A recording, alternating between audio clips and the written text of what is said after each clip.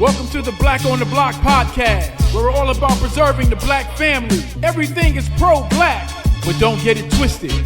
We respect everyone, but we love our people first. What up, y'all?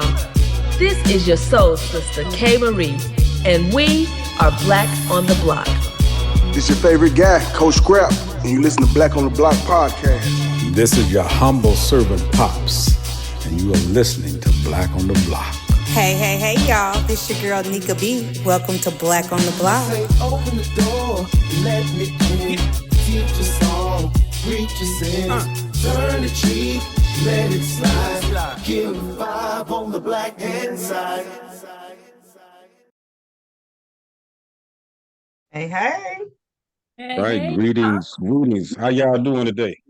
All right, Pop. Feeling good.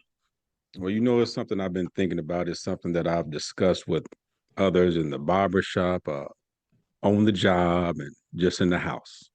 But it's the subject of family. And I know we all know that's important.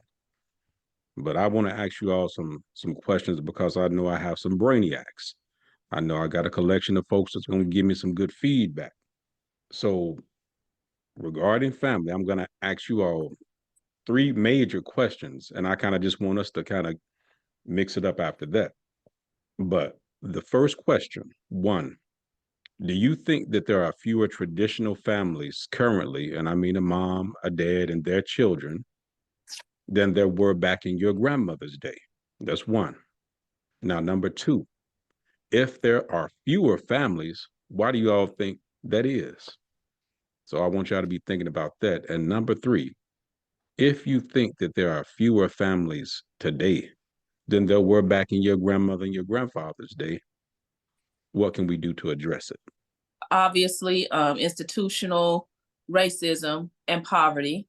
Do you agree that there are fewer today than they were back in your grandmother's day? Oh, definitely. I have observed the increase of single parent homes since I was a child.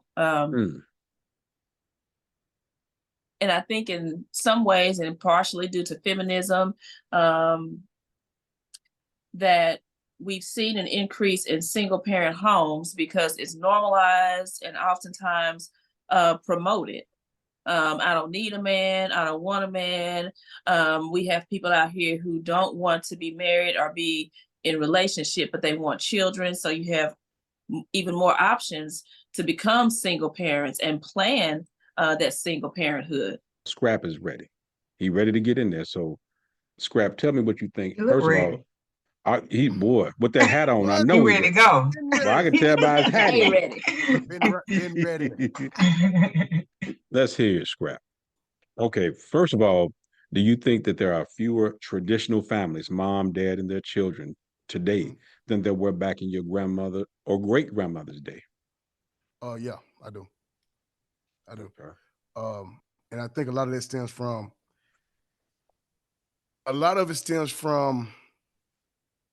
grandmama and granddaddy did a lot of stuff that we don't know about, and they kept it to themselves. Auntie wasn't in their business, cousin wasn't in their business, sister wasn't in their business, brother wasn't in their business, kids, they damn sure wasn't in their business. So a lot of that, especially when you're trying to grow and you're trying to do things for the future and the offspring that come after you, I don't want to say they settled and just did it, but they understood that they was a part of something that was bigger than them. And I think that's where the focus has been lost. Grandmama and granddad understood that this union that we have is bigger than just us. It has nothing to do with us and everything to do with what's coming behind us. The foundation. For sure. Now, I do want to add something. I want to respond to what you just said, Coach Scrap. You said that in the day, or Black in the day, people stayed out of folks' relationship business. Family members were not in your business. Yeah. Things were kept private. Yeah. So another reason I think that we've seen a decline in the numbers in traditional Black families is because people are not tolerating as much as they did in their relationships when we were growing up. Grandmama put up with things from granddaddy that women in 2024 may not be willing to deal with. Infidelities, physical abuse. I think a lot of women are tired of being martyrs for the sake of the family. And not just women, men as well, but more women than men. Grandma, I said grandmama men got a couple. and women. More Grandmama women got than men. I mean, if you Grandmama look got at a couple of them kids. A couple of them cousins don't belong to granddaddy. yeah, so people were tolerating more in their relationships. People were Yeah. sacrificing their happiness more for the sake of the family. And I think people would still do the same thing if they didn't have people in their business.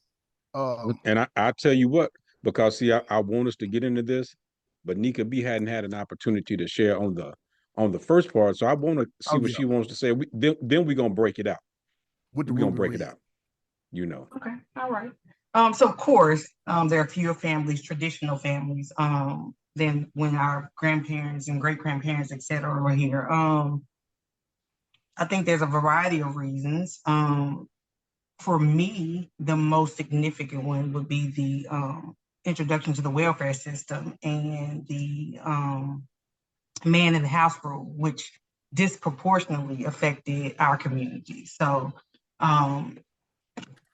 when that was put into place and they had, unannounced visits by welfare workers to knock on doors to find evidence if there was a man in the home, then obviously that discouraged and the presence of a man in the home. So then you look at the trickle down effect of that. And, what does it say to our young boys in the house? The man is gone now, right? Because he, can't be there, right? So then what does it say to the young boys and their value? And then what are they going to pass on? And they're going to think it's okay not to be there. What does it say to the young girls in the home seeing those inspections, quote unquote, and thinking that is the norm? So I feel like that is the biggest impact that caused that. Mm-hmm. Yeah, I had my clothes in the back. I had my clothes in the back, black plastic bag a couple times. They got at least 2 days now. But you think about it then, though, when because we had overcome so much as a people, right? And so then, for a Black father, let's say, who they criminalized, not being able to work and not so, but they purposely did not allow them to work, right? So, or would snatch jobs for absolutely no reason.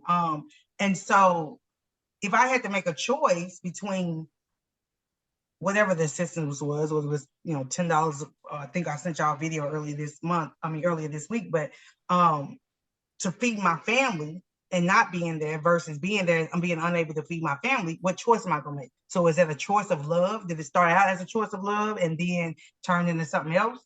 I just think we have to now, K. Marie, I want you to pick back up because you said something extremely profound when you said that right now today, sisters are not putting up with what they used to put up with. I want you to elaborate on that. And I think now, a lot of us are focused on our own mental health and our own happiness. So we're not willing to sacrifice that for anyone, not even our families. Let me ask you this. Can you think of the matriarchs in your family, your own grandmothers?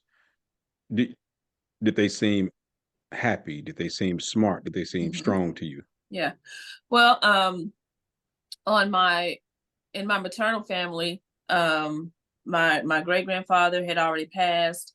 There was no grandfather in the home, so there were not any male matriarchs in the family growing up. Well, no, the grandmothers, like the thinking back on grandmothers. your Yes. right, the grandmothers. So I'm saying I don't know if the lack of a male presence had anything to do with my grandmother and great grandmother's happiness or lack of happiness. And I'll say when I was a child, my paternal grandparents, I honestly am not sure if there was happiness or unhappiness there when I was growing up. I just remember growing up and my grandfather being there and my grandmother being there. When you think about your grandmother in particular, how do you think of her? Was she strong, or was she a smart person? Was she a selfless person? Definitely strong and selfless for sure. And like K. Marie just touched on, I don't know, especially in the capacity of a child, that you ever thought about was somebody happy. You know, you just knew them for what they was to you. And so I think it was always understood that there were sacrifices that were made. And I don't know that I can recall somebody sitting down and telling a story, so to speak, of a sacrifice, but you just understood that there were sacrifices and struggle just as a people. I think you understood that. Overall, though, if I had to gauge a level of happiness for me, my experience was that family and that unit represented happiness for her. And so that was my experience. So Okay. as That's long as the profound. family was doing well, I think she was happy because that was a sense of purpose for her. And I don't know That's that we see profound. that, in today's mindset. So Scrap. I see your wheels turning, Scrap. I see them turning, Scrap. Yeah, they spinning a little bit. Spinning a little bit. What you got for me, Pops? Now, so when you think about your grandmother, like, was she caring? Was she selfless? Did she seem beaten down? Did she seem overburdened to you? No. And so my grandmother on my mother's side, when I was born, my grandfather, he was already deceased. And I'm about 100% sure they were divorced way before I was born. But all of her kids were by that one guy. And that's the one that's 104 years old, right? No. She's Okay, deceased now. okay. Now my grandmother on my father's side, she actually passed when I was born. My great grandmother is the one that's 104. That is like grandmama to me.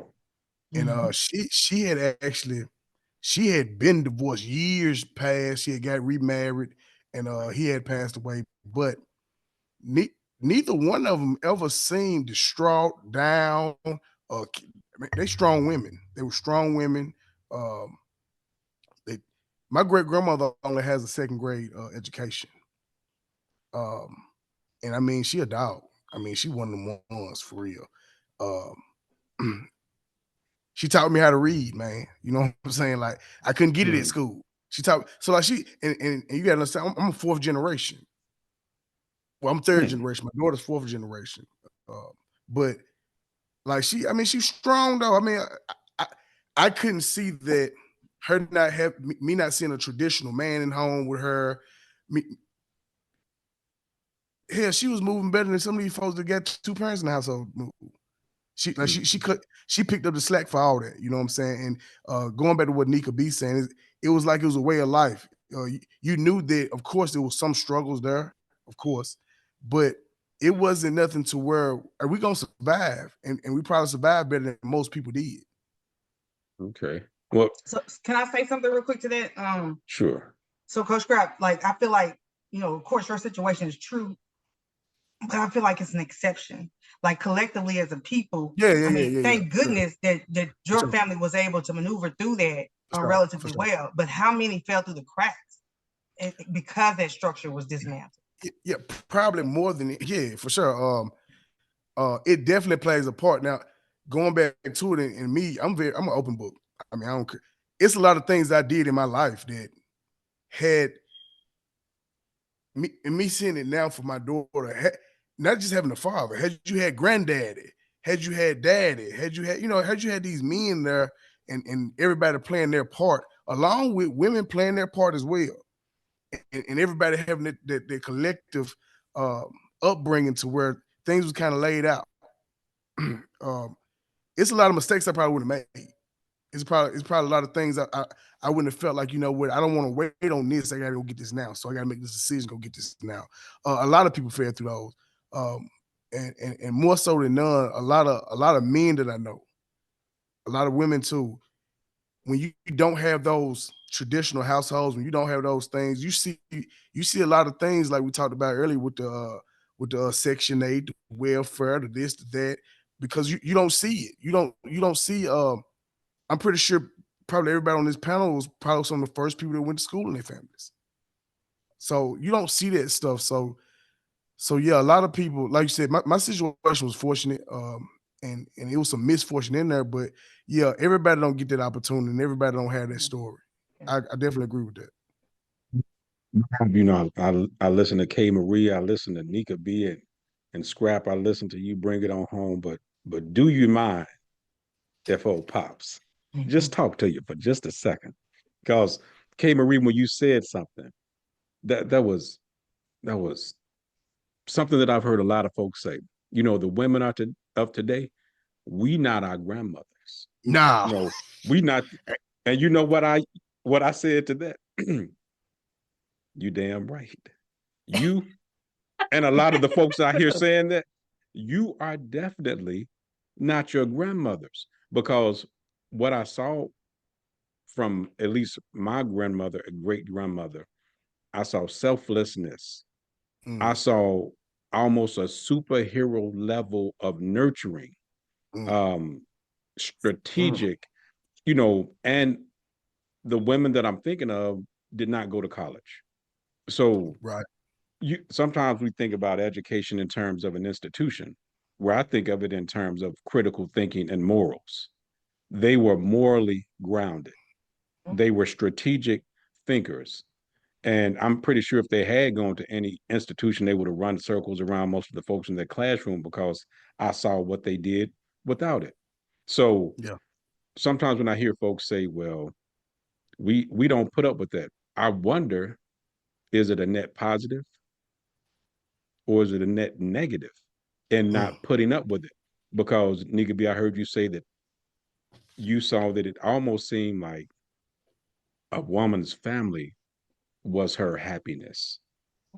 You know, just, you know, and not discounting the struggles, but and you know, maybe I romanticize it because I'm reflecting back on it, but I I didn't see as many of our folks that were seeming to be beaten down by life. And if they did, they hid it so well that we never knew it.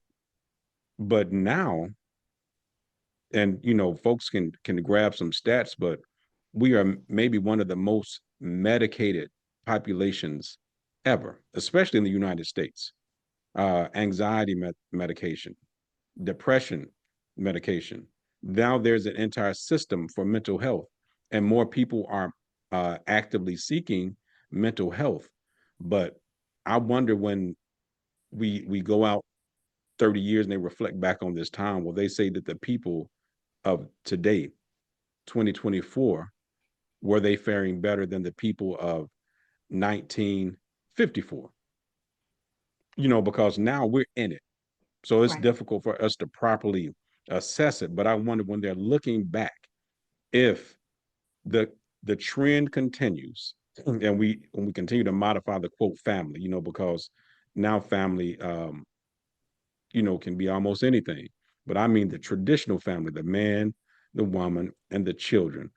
How does that system and family stack up to what we have today? And that's just a question, because if you Mike's great grandmother, that's 104. I don't know it, but I imagine she has a lot of offspring, a lot of folks standing with her that support her and love her and that she loves. But I know that there are so many people today that they say, you know, I'm going to forego the family route because I'm going to go for the education. I'm going to get a double master's. I'm going to get a doctorate, and I'm going to keep pushing off that family because I'll get to family later. But you find yourself at 43, 44, 45, and you never took the time to have that family. So sometimes, well, they have a lot of technology now. You can the freezing of the eggs and things like that. But imagine if you don't do that, and as you reach that I like it regular. I like the regular way. I like it the old regular way. Scrap said, technology be damned. But so, but you know, but can you imagine Mike's great grandmother at her 105th birthday party with a house full of folks? she went through a lot. I think you said she had been married and remarried. So Yeah. it seemed to be an importance on that. And you juxtapose that with a person with a PhD, CEO, person of the year, woman of the year, 14 years running. And now she's there at her 89th birthday party, and she's in the skilled nursing facility, and the staff are all around her with the birthday cakes and helping her blow out the candles. That's crazy. So I'm just saying, what do you all think about that? Did anything I said, did it resonate with you all? I will say, so I'm gonna have to get the name of the book. I'm gonna have to get the name of the book. I can't think about it on the top of my head, but I read a book like 3 years ago, and this guy was basically interviewing different women and stuff like that. And these was older women. Just to give you an example, Malcolm X's wife was one of the people that he interviewed. Betty Shabazz. Martin Luther King's wife was interviewed, and he interviewed like some of the regular just working men. I mean, regular working men's widows, whatever, right? So one of the ladies said, he asked, why you never got remarried? And I think at the time she was around 70, 80 years old. Why did you never get remarried? And most of the women had the same answer. Because the man that I was married to is so strong and prominent, who takes that spot? It's hard to come after Malcolm X or Martin Luther King. When you look at what Granddaddy was, and you look at, because to be honest with you, if I was to go today, I would want my wife to be happy and find happiness. But I'm gonna be lay such a structured environment, I'm gonna be left such a thing on her to where you're gonna have to come with it if you're gonna marry her. I ain't gonna. Well, you're gonna leave that thing on. Yeah. You're gonna have to, man. You're gonna have to. If you want to marry, we'll have to verify this, Coach Graham. hey, but she might date you. And that's what those women like. And going back to what you just said, K. Marie, who the hell you gonna marry after you just married Martin Luther King? My great grandfather. I've heard the stories, and I don't think anyone could have met my great grandmother's expectations. It goes back to what you're saying, though. I think those type of men also left something with those women to where they was able to carry on and carry that burden for the family. And I know I'd taken my son to a doctor's appointment once, and there was a guy, I don't know what his background was, but he was not American born. He Indian or I do not know. But he was talking about, and he just took it upon himself to start talking to my son. He said, I'm not going to even try to do his accent, but he said, you young man, he said, young man, I want you to do something. When you start thinking about marriage and you're too young, he said, make sure that you focus and you get yourself together and you properly screen and you get one and you stick with that one. He said, what I've noticed in the United States is people have become good at dating. He said, people know how to date. And he said, just date this person after that person. And you have such a variety. But he said, what folks are not really good at is staying with one. And I wonder if you have such a variety of people. It's like back when I was in elementary school, on certain days, we would get ice cream. And it would be that old Turner's cup, vanilla plain ice cream. And look, we used to be happy to get that with the stick up in it. Boy, and it was plain. But you know what? When I went to Baskin Robbins 31 flavors, and I started, boy, getting all them different flavors, and then when I got a hold to some Moose Tracks and peppermint, pecan, now I'm not gonna eat no doggone vanilla ice cream. It ain't good enough. It's too plain. I'm thinking about all of the other numerous flavors that I've had. So that vanilla, it just seemed too plain. So I wonder if a person, let's say they conservatively, they date about 80 to 100 folks, because the young folks, they getting it in. That's conservative. Yeah. Oh yeah. But that's conservative. When I say that's, I'm afraid to say what I've heard some of these on the street interviews reveal. Some of the young ladies that are in college, when they talk about body count. And there was a woman, she was not even Yeah, she was not even 30, and she had 200 bodies. Jesus. Bodies on bodies on bodies on bodies. Hey, She was not 30, Girl. and because it's not like it used to be. So Now I'm that's 200,000 miles. I wonder how that's affecting folks, because the person that has had that many different experiences, that many different encounters, let's say she does meet the person that she thinks is Mr. Right. Nah, Will she get nah. tired of him quickly because she'll be bored because she's so used to just going from one to the next? Could anyone hold her attention? He gonna be bored too. It's gonna be like throwing a hot dog down the highway. You Stop know it. how to get better than that. You got to leave him out of that. Dog. Get him out of that. Would we be making these same comments though? We were speaking of a man having 200 bodies. Of course not. Men You know get why? But You know why? many You know why? partners. Why? Why is it? K. Marie and Nika B. Enlighten us. If I hand you a bottle of water, would you drink it? I don't know. I don't trust you. If I Yeah, 'cause re- if I'm I a re- mouth then. listen, if we at the barbecue and y'all say, "Hey, Scrap, can you hand me a bottle of water at the cooler?" You gonna drink it? You asked for it. Okay. If I stick my finger in and hand it to you, you want it? Of course not. You know me. I'm a no, definitely Thank not. you. That's all all I I'm not say. understanding the analogy. Oh, yes, you do. Yes, you do. Yes, you do. Yes, you do. well, Nika B, let me give you this one. Okay. Let's say now, some women I've seen that they've had septuplets. You know, that's a lot of children to have at one time. Mhm. But on average, you know, a woman might have one child per year. You know, twins, you know, maybe, but one child per year, right? A man could make 50 babies in a month. So what I'm saying, we're different. Because see, our anatomies are, I have testicles, you all have ovaries. Yeah. So sometimes people say, well, what's the difference? Well, some guys say, I've heard, you know, I used to run a weight room. I heard a lot of different conversations.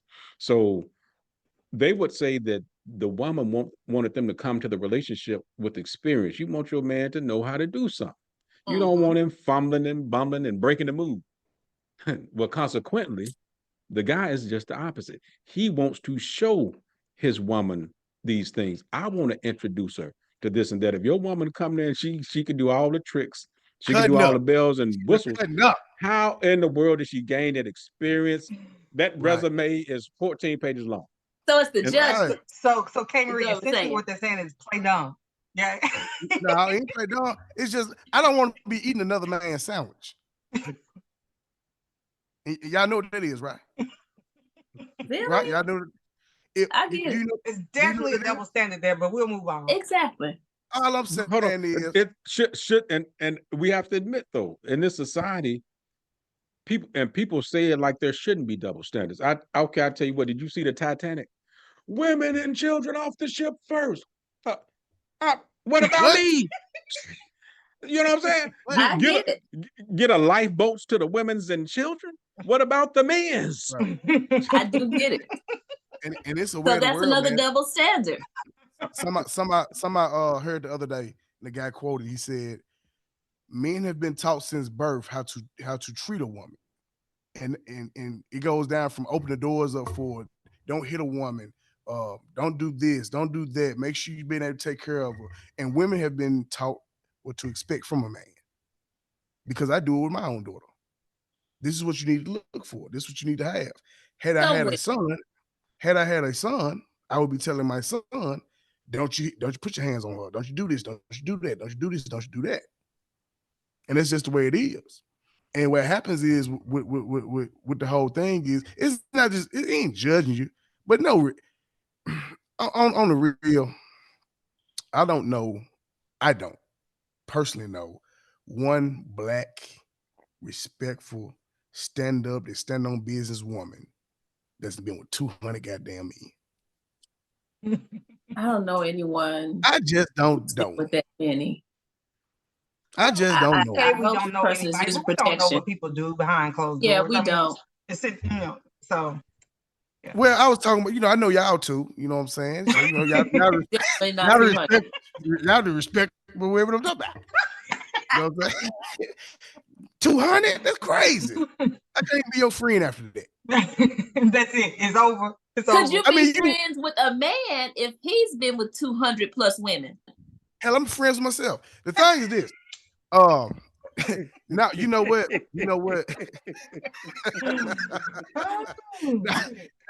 on the real now though, scrap.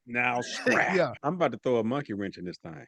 Now I don't know why a lot of folks don't get married in the first place, but I can tell you one thing for sure. I know why a lot of them coming to an end. And this is one of them subjects folks just really don't like to talk about. Oh, goodness. But it's the truth. Right. Now, back when we were coming up, and I'm about 50. So back when we were coming up, you would hear things like, girl, don't give yourself to him that easy. Don't let him, because basically the intimate time with a woman was like a prize. Well, when a person is in their 30s and in their 40s and they're married, one of the things that I'm hearing continuously is there's a lack of intimacy. For whatever reason, there's a lack of intimacy, and things have seemed to almost flop. When Scrap said men were being overly sexualized, I thought he was talking about the women were just objectifying men. Because when you think about it, it just happens and you don't see it. But I tell you what, ask some of your friends. Think about it. I mean, some of you, the ladies that are married, ask them, are big things popping off in them bedrooms? A lot of them will say no. And a lot of women have said they've had to leave the marriage or they had to step out because he was no longer interested for whatever reason. So folks will say, I don't want a man that has been around. And I understand that. Makes sense. But you also want that man to have major vitality. And see, these two things, we got to be real. If it's a man with an extreme amount of vitality, he's a good looking man and he's a well-to-do man. This dude is going to have the discipline of a Malcolm X because the numbers are so off. So this man, there are a lot of men that say they don't cheat. Some of them can't cheat. Look at them. They don't. Nobody truly wants them, and then sometimes a man's health won't allow him to. But good I don't know that I agree with that. That they can't cheat. They can't cheat. Me? No. I don't know. Let me break it down. We make it so readily available. Maybe they can't. When we talk about can't cheat with a higher value woman or can't cheat. They can't perform. Is what I'm getting. Okay. Okay. Make it plain. Say it loud to the people in the back. That's when I say can't cheat. I'm talking about literally can't cheat. Okay. That's a whole nother thing. Okay. There's a lot of men out here that, although they can't, is that too, Pop? They can't perform, but there's a lot of men that they can't talk to a woman. They don't know how to talk to a woman. They shy. These guys are 40, 50 years old. And they look like shit. They don't keep themselves together. They don't have any type of vocabulary. They don't have any type of essence about themselves. So nobody wants to sleep with them. Undesirable. And if you cheating, you're paying for something to cheat, and that's crazy. let me make a disclaimer. First of all, I know I don't want to speak for Black on the Block, but I don't condone cheating. I do not. No. So black men don't cheat. Put it out there. But I'm just laying the case for some of the things. We can talk about the what is, and then we get to the why. But what Coach Scrap was saying is very valid, because typically when a woman thinks of a man, they be thinking men are dogs. They thinking about the man they want or been with that are dogs. Because typically women desire a particular type of dude. You know what I mean? They're attractive, they're desirable, but there's a whole big section of dudes that's waiting to get in the game. Coach, let me in there. But like Coach Scrap said, they're not, for whatever reason, the women don't want them. You've heard that old term, good guys finish last. Well, good guys must be invisible too, because people act like they don't say it.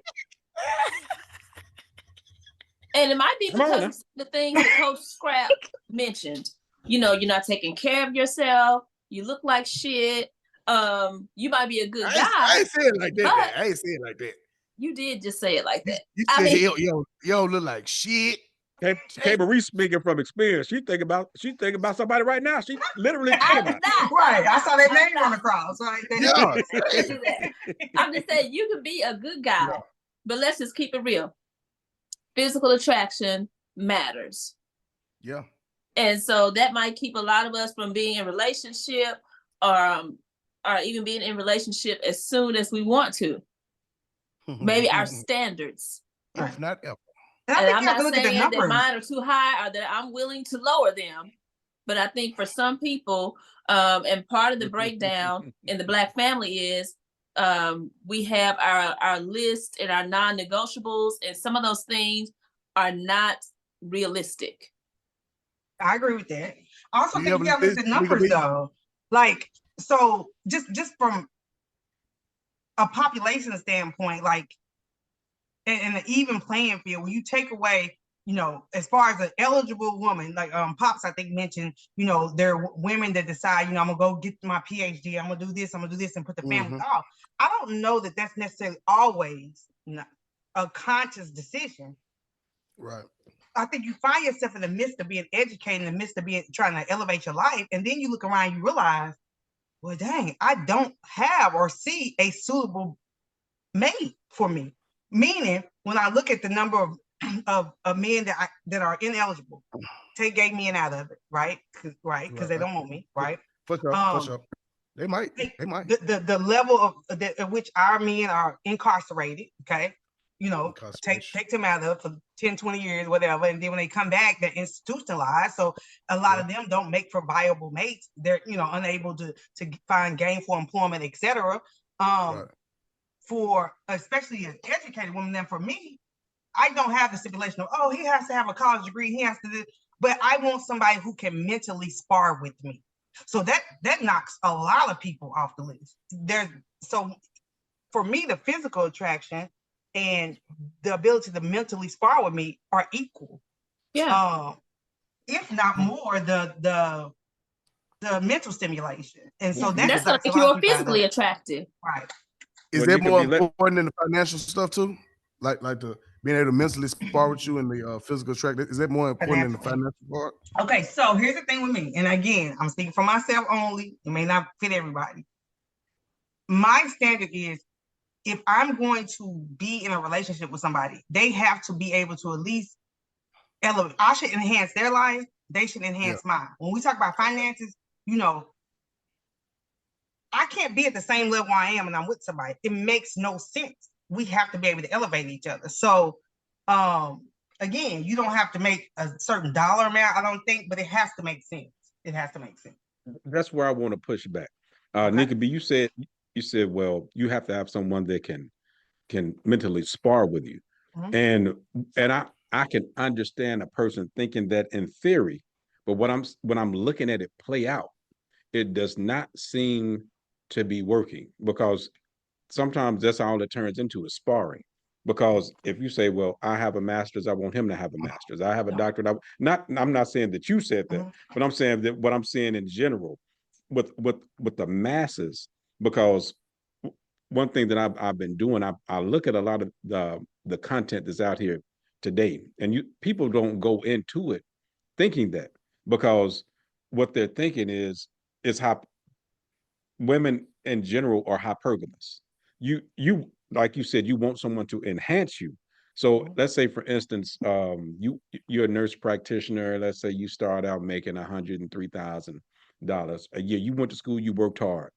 You want someone else, so when you match with them, it'll seem like a match. But it's not just about credentials and numbers. And again, I'm not singling you out, Nika B. This is just in general. It's not just about the numbers, but it's about the yin and the yang and being able to get along, because sometimes when both people have high status, it breeds competition. And the competition. So I feel like maybe you didn't hear me. So when I say mentally spar or it has to make sense, that doesn't mean you have to have credentials behind your name. I've met some men who are well versed, understood, very knowledgeable. that are not traditionally educated. So that is not a requirement. Now I get where our society is making us believe that they have to have this and this and this, and I got to be able to do this. I'm not trying to be a, for lack of a better term, Atlanta housewife or something. That's not, the goal. And I don't think in most instances that's people's goal. I don't think, right? But I do want somebody I don't want somebody sitting there, I feel like, does not even know what's going on in this world, or is so I'll date a plumber, I'll date an electrician, I'll date, a mechanic or something. I won't date a McDonald's worker. Like that's not my level. What if he Calvin? Or what if he the manager? Why not? We'll see, but it wouldn't probably appeal to me. But most women do. I mean, the average woman that's, I would say, over 25 does not want to date the guy at McDonald's. And why not? Okay.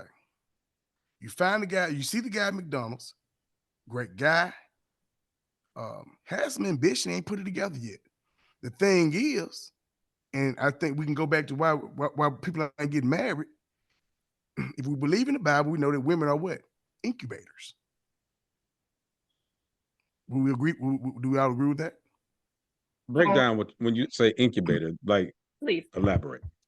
So for everything, one thing that I can agree on, that a lot of people try to fight and tussle with, is that I believe nothing's moving if you don't have a woman behind you. I expect to be able to tell my wife, hey, this is what I'm trying to do. I'm not saying she got to do the work for me or none of that, but she is supposed to motivate me and get me to where I need to be so this can come to fruition. Because all in all, whatever it is I'm trying to do, going to bring finances. Those finances are going to help this house that we live in. And basically the house that you're supposed to be taking care of. Don't look crazy, K. Marie. And when I say take care of, I ain't saying get in there and clean the room. Get in there and wash the dishes. Oh, clarify that. Clarify that. That's definitely not what I'm saying. When I say take care of the house, making sure that the kids got what they need to grow into fine people. Because example, I'm gonna set it. Right. Making sure that you're giving good values and all these different type of things. And even with your children. I don't care how good of a man you are. I don't care how much you stand on business. Without a good woman there, a lot of times the kids ain't gonna be shit. Because y'all are natural nurturers. Y'all have all those things that we do not have. And I use me for an example. I had a lot of ambition. I had a lot of things I wanted to do. A lot of times I didn't have direction. I didn't have a vision. I'm not where I'm at today without my wife. I second that. I'm not saying because we in love. Because I know you all, and I know your history, and I know you have a good one. You have exactly what we're talking about right now. Right. Yeah. So that's why I say I would second that. Right. But I agree. I agree. Like certain things. It was a lot of time I wanted to quit. It was a lot of time I was like, nah, I ain't feeling this no more. I'm not where I'm at right now without that. I'm not where I'm at. I'm not there without the motivation, because that's all some men are missing, motivation. Right. And understanding that instead of saying you work at McDonald's, hell no. If you're satisfied with that, going to work with your lunch pail and coming back home with your lunch pail, and you don't have any goals that you're trying to pursue beyond that, that says to me at this age something about your level of ambition. Well, I'm in need. If you don't have any ambition, then I don't see you supporting my goals, and I don't need anyone stifling my growth. To me, there's just some people that are not, just does not have that desire in them to reach a certain level of life, and that's okay. We all have to be, again, I mentioned the McDonald's worker, right? Somebody has to do it. So just like somebody has to be the teacher, somebody has to be the doctor, somebody, so everybody has their place in life. It's just, you have to decide where you want to be. I'm 45 years old. I don't seek a mate that has potential anymore. I had time to do that when I was 20 years old, to develop all this potential. Like, I just think that's an unrealistic expectation for women, like, especially. So in other words, we need someone that we are equally yoked with. Yeah. Now, you know what? Now That's K. Marie. When you said that now, I'm with you 100%. I think Nika B basically that everything that she was saying basically amounted to that when she was talking. You just need a yin to your yang, because and I think we need the other stuff is background noise and distraction. Coach Scrap, when you said you don't know of a man that's successful that has not had a woman, I will go as far to say that a woman is going to, well, the right woman will enhance the life of the right man.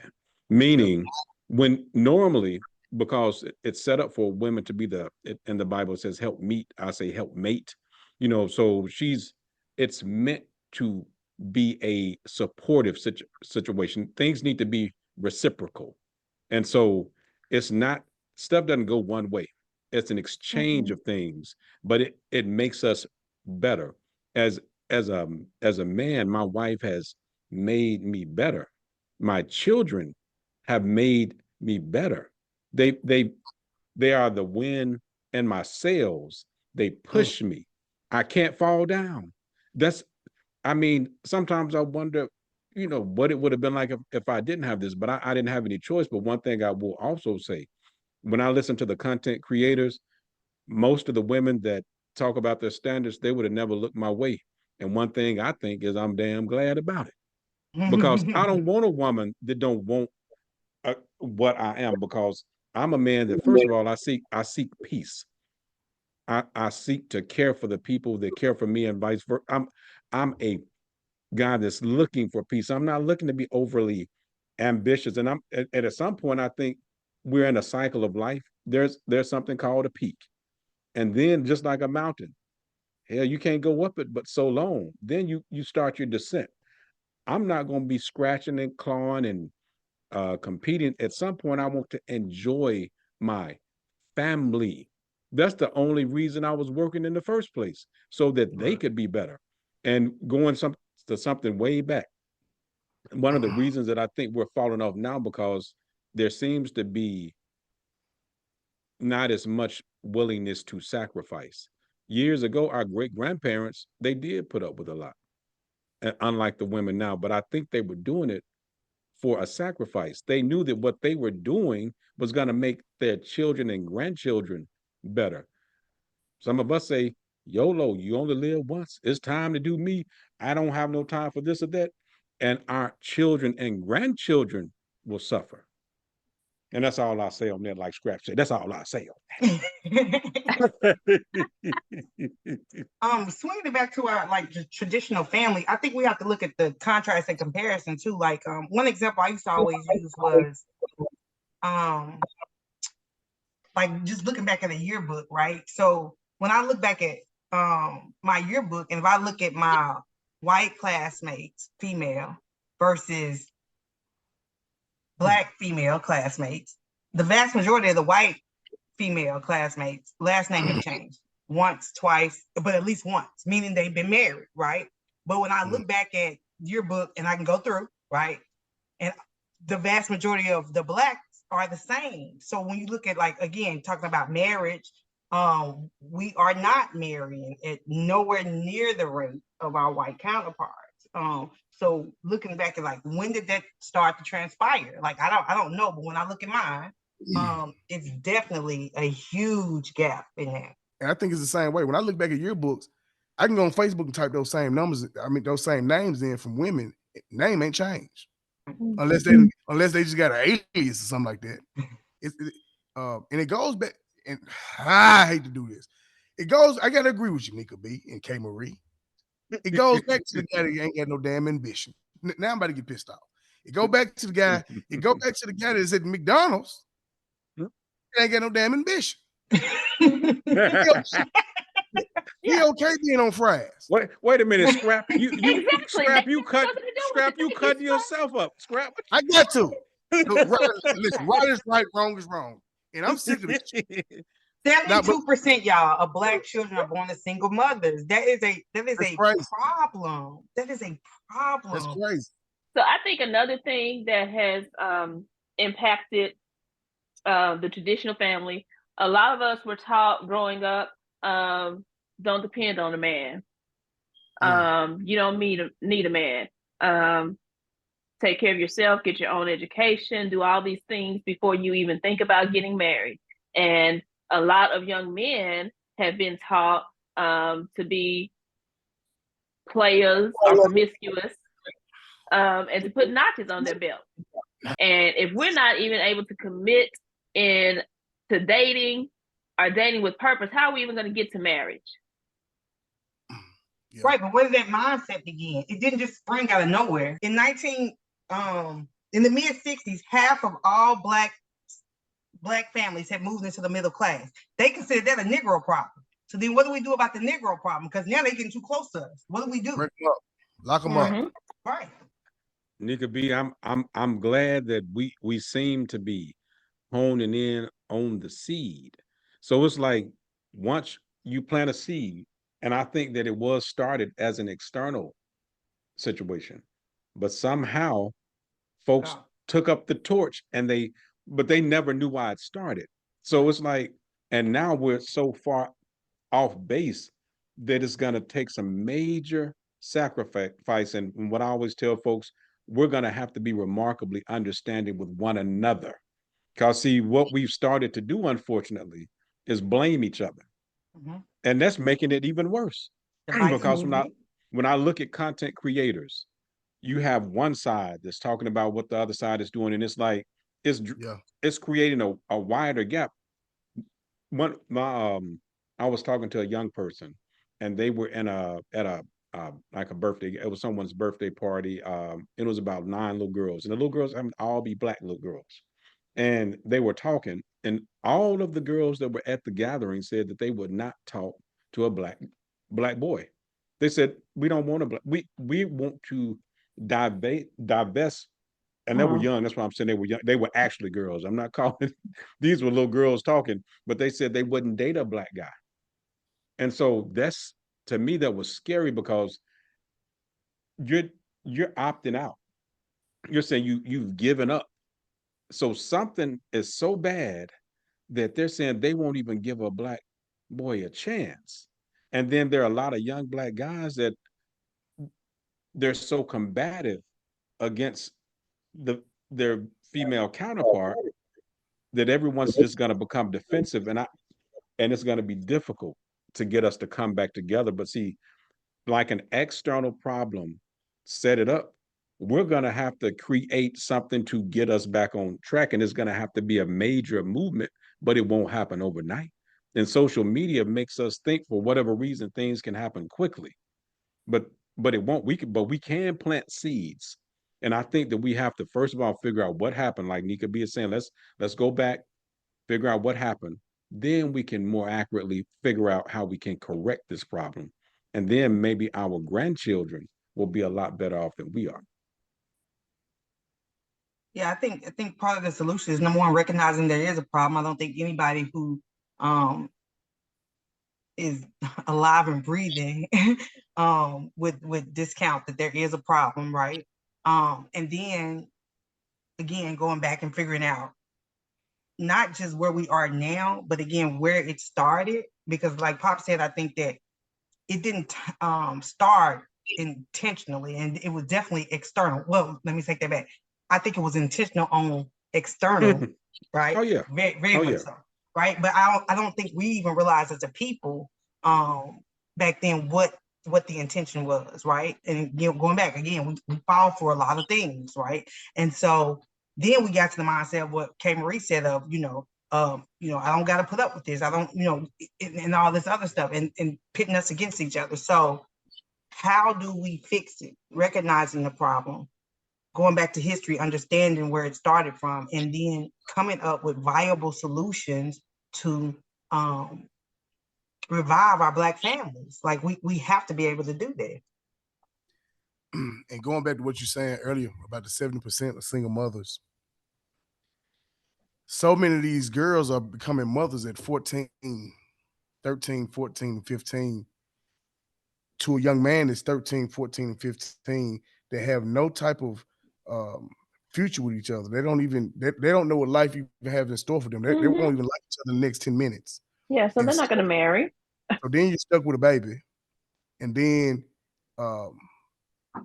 now you're a female and you 18, 19, some of the stuff. Now there's some females that was able to go and still finish school and stuff like that, but for the most part, these girls are having to drop out of school because mama and already raised y'all. We're not about to help you raise another kid, and it's yours. So you're dropping out of school, getting part-time work, whatever. You really lost some ambition. Now Joe Smo come tell you because you got a baby and you're young, so he know you having sex. So he say something to you that you like to hear. Now you got another baby. And this happens so much with a lot of our men and young women. Now you just got kids. It's kids growing up, and they just growing up with either mama or grandmama helping you take it. Dad ain't nowhere around, so there's no family there.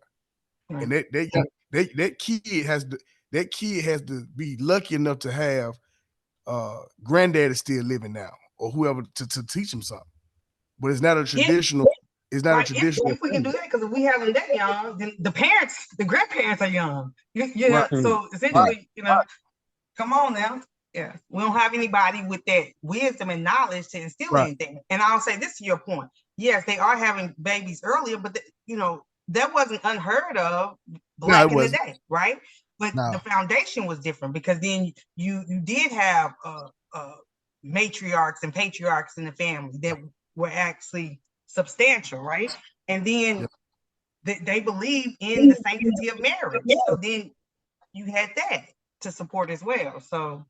And to your point, when that little boy did whatever he did and got the girl pregnant, he had a matriarch in his family. Okay, now you got to be with her. Yeah. Because that's what you did. Y'all better make this thing work. Figure it out.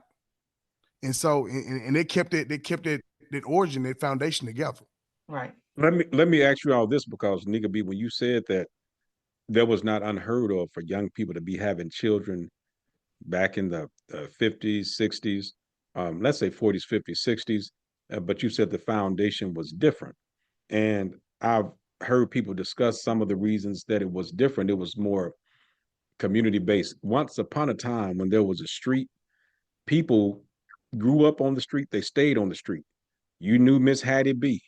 You knew Miss Martha that stayed up at the corner. You knew Mr. Henry, but you knew people on the street. But now it seems like people are so much more mobile that communities don't stay communities. So if it did happen to be a single mother on the street, there was a collection of people that helped raise folks up. And matter of fact, folks could say things to the children because they knew them.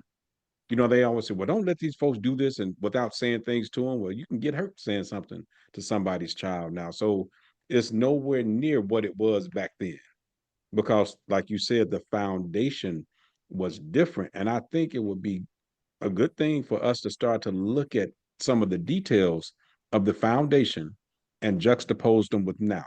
What are some of the things that are different, and why are they different? And even the things that we didn't think were good, can we see that the good outweighed the bad? But it's something that I think it would be good to look into, because maybe we have not paid enough attention. Because if you keep banging your head against the same brick wall and you don't stop because you think you're going to go through it, then you might have a problem with what you're doing. So you might want to change something. I say, open the door and let me in. Teach us all, preach your sins, turn the cheek, let it slide. Give 5 on the black hand side, the black hand side. Oh, black hand side, black hand side. Oh, the black hand side.